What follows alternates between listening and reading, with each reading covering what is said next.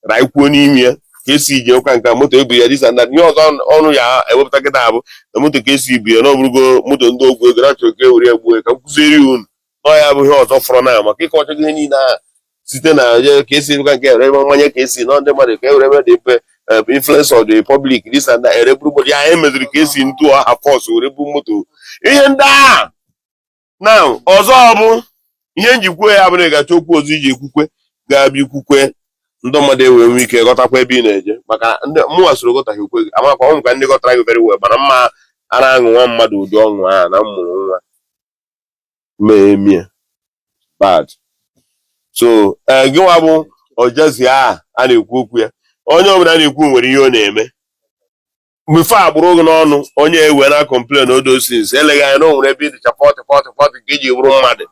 Cut your friends, have your own time. Nye onwe gị time onwe gị. Leave friends alone. Leave friends alone. What about friends? Inwe ike dị mmụọ ihe a Chukwu jiri mmụọ ala na ndị Ishi eji gosi gị inwe ike gaa n'iru na ya. One of friends so that you select a kind of friends nwere ike na-abịa na-achọ ibi ụfọdụ ndụ na-asị gị mba ndị anya doro. Ịghọtago? Aha. Ị pụọ na ụmụ friends ka anyị ṅụọ ka anyị see wiru anwụrụ ga-adị ị kachakwa nka nwụọ ije sekọshia ihe niile ahụ moto mara mma nke ya gbara kịta ịgba ọzọ gbagide o nwere mgbe iyero oburu chie go nwatakịrị butuo onwe gị ana mana na o nwere mmụọ gị na ya iribi ụwa ka o wee nwee ike na-amelu gị ife o kwesịrị ka o meelu gị. Ọ bụ ya bụ enwere ịgwa gị na nke gị nwa bụ ọjazi afọ because ọ bụrụ na ihe a na Chineke wepụrụ anya ndị a na-ewepụ anya kịta ihe anyị ekwu na ịbụ ọgbanje so ọ kara gị mma kịta ifugo sample of something ime brain mechigharịa brain ọ mụrụ na-ebugharịsị nzu na ọfọ na-emesị amansi unu na dị eje emebeche n'afọ ebe a na-aga egbe onye a na-ekwu ka o nwere ihe ama ụmụ ihe ụnụ mana uru ha na-agwụ ụta ha agwụ dị ụnụ ka ụnụ a na-ekwugherisi onwe ihe ụnụ ma ahụ all these things ka ị kwesịrị ịma maka na ị kwesịrị ka imesi ụdị ihe ga-abụ inwe ụdị oyi ndị ị ga-enwe isi ga-akpakọ ọrụ. Amakwa m ndị gị na ha na-ayụ how good they are.